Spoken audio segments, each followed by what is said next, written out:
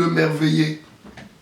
Comme j'ai dit tout à l'heure, il est écrit dans le livre des Proverbes 16.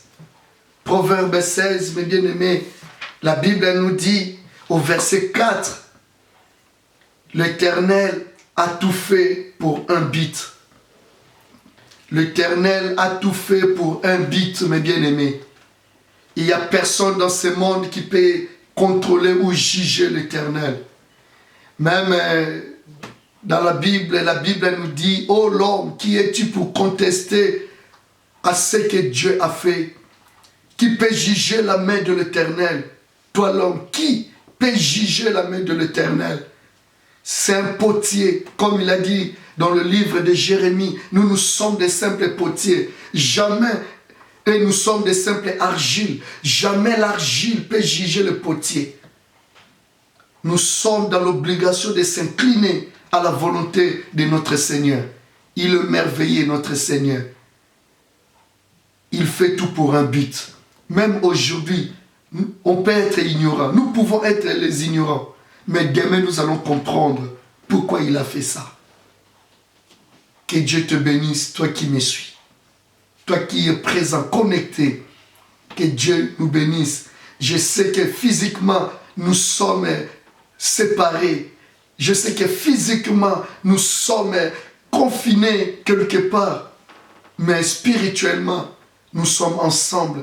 Et lui-même, le Seigneur au milieu de nous, Jésus-Christ de Nazareth, lui qui a triomphé la mort, lui qui a vaincu la mort, il est au centre, au milieu de nous. Il s'appelle Emmanuel.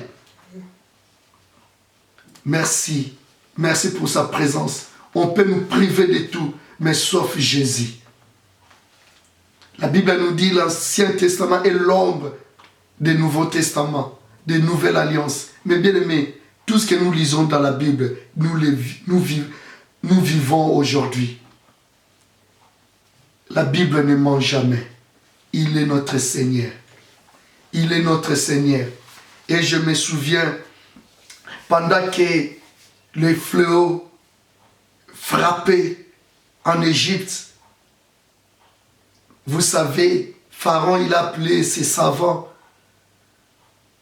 Il a appelé les gens de confiance qui comptaient sur eux pour trouver le remède, pour trouver des antidotes, pour trouver la solution.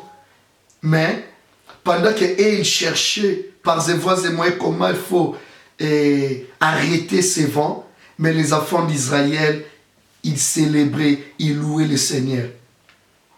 Mais bien aimés, tout ce que nous vivons aujourd'hui, le seul ou la seule personne qui peut arrêter ça, c'est toi et moi, les enfants de Dieu.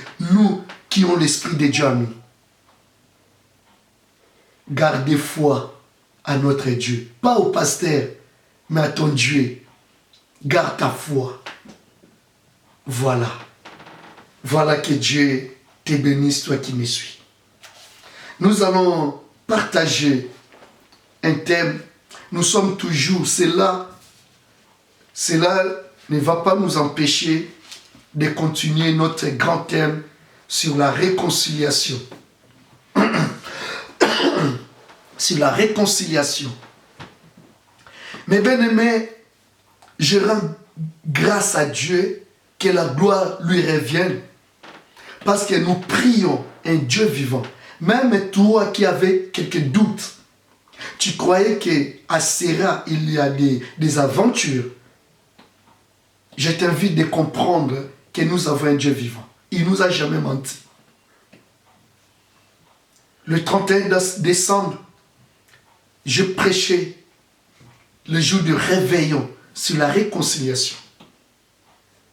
Parce que c'est Dieu qui m'avait dit au mois de septembre 2019 qu'il y aura des choses horribles.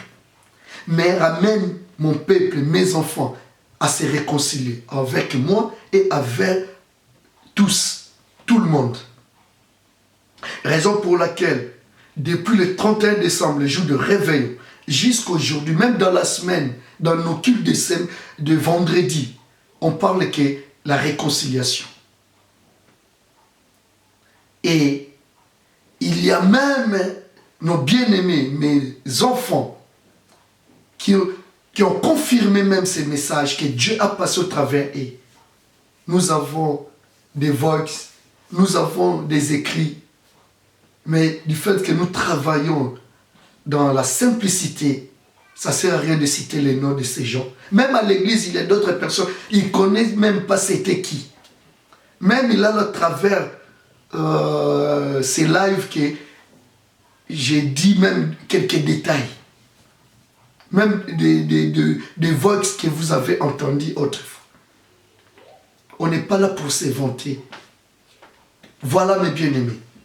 Nous avons un Dieu.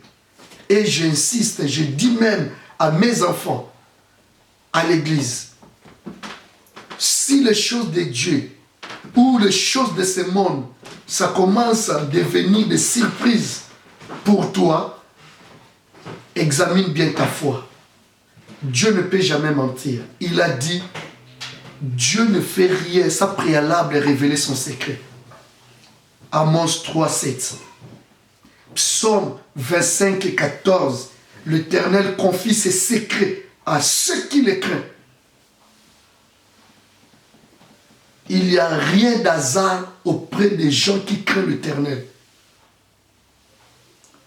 Et à cause de cela, je bénis le Seigneur. Je bénis le Seigneur parce qu'il est avec nous. Voilà mes bien-aimés. Nous allons continuer notre grand thème de la réconciliation. De la réconciliation. Mais nous allons lire dans le livre de Jean, évangile de Jean, chapitre 4, verset 1 au verset 9.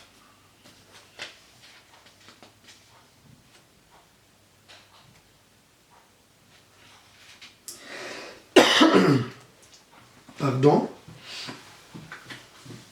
Je lis la parole du Seigneur. Le Seigneur apprit que les pharisiens avaient entendu dire qu'il faisait et baptisait plus de disciples que Jean.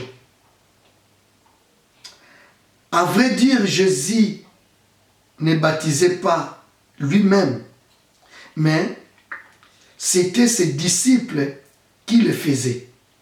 Alors, il quitta la Judée et retourna en Galilée. Comme il devait traverser la Samarie, il arriva dans une ville de Samarie appelée Sichar, près du champ que Jacob avait donné à son fils Joseph. Là se trouvait le puits de Jacob. Jésus, fatigué du voyage, était aussi au bord du puits. C'était environ midi. Et une femme de Samarie vient puiser de l'eau. Jésus lui dit, donne-moi à boire. En effet, ses disciples étaient allés à la ville pour acheter de quoi en manger. J'aimerais qu'on souligne, c'était environ midi, et une femme de Samarie vient puiser de l'eau. Et nous allons souligner encore, ses disciples étaient allés à la ville pour acheter de quoi à manger. Et nous allons souligner au verset 6, et Jésus, fatigué du voyage, était assis au bord du puits. C'est environ midi. Nous allons souligner tous les versets 6. Nous allons souligner moitié du verset 7. Qu'une femme de Samarie vient puiser de l'eau. Et nous allons souligner encore moitié du verset 8. En effet, ses disciples étaient allés à la ville pour acheter de quoi à manger.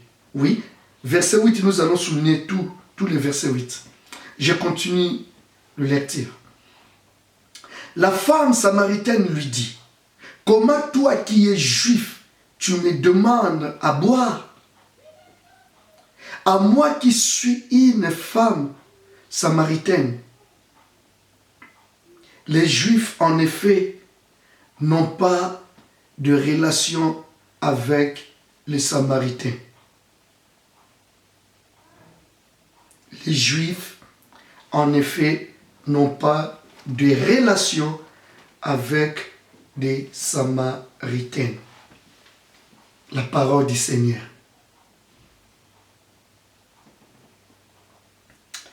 Mes bien-aimés, nous avons notre grand thème, la réconciliation.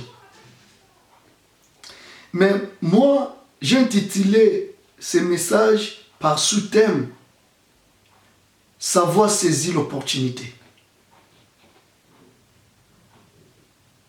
Savoir saisir l'opportunité. Notre sous-thème. On ne peut jamais se réconcilier, même, mes bien-aimés. Ce n'est pas, tu te réveilles, tu dis, bon, je vais aller se réconcilier avec mon frère ou avec Dieu. Il faut regarder à quel moment, quand est-ce que je peux le faire. Il faut prendre le temps, il faut chercher un bon moment. C'est très important, mes bien-aimés dans le Seigneur. C'est pour cela que j'ai intitulé « Savoir saisir l'opportunité ». Et nous allons comprendre pourquoi j'ai dit ces sous-thèmes. J'ai intitulé mon sous-thème « Savoir saisir l'opportunité ».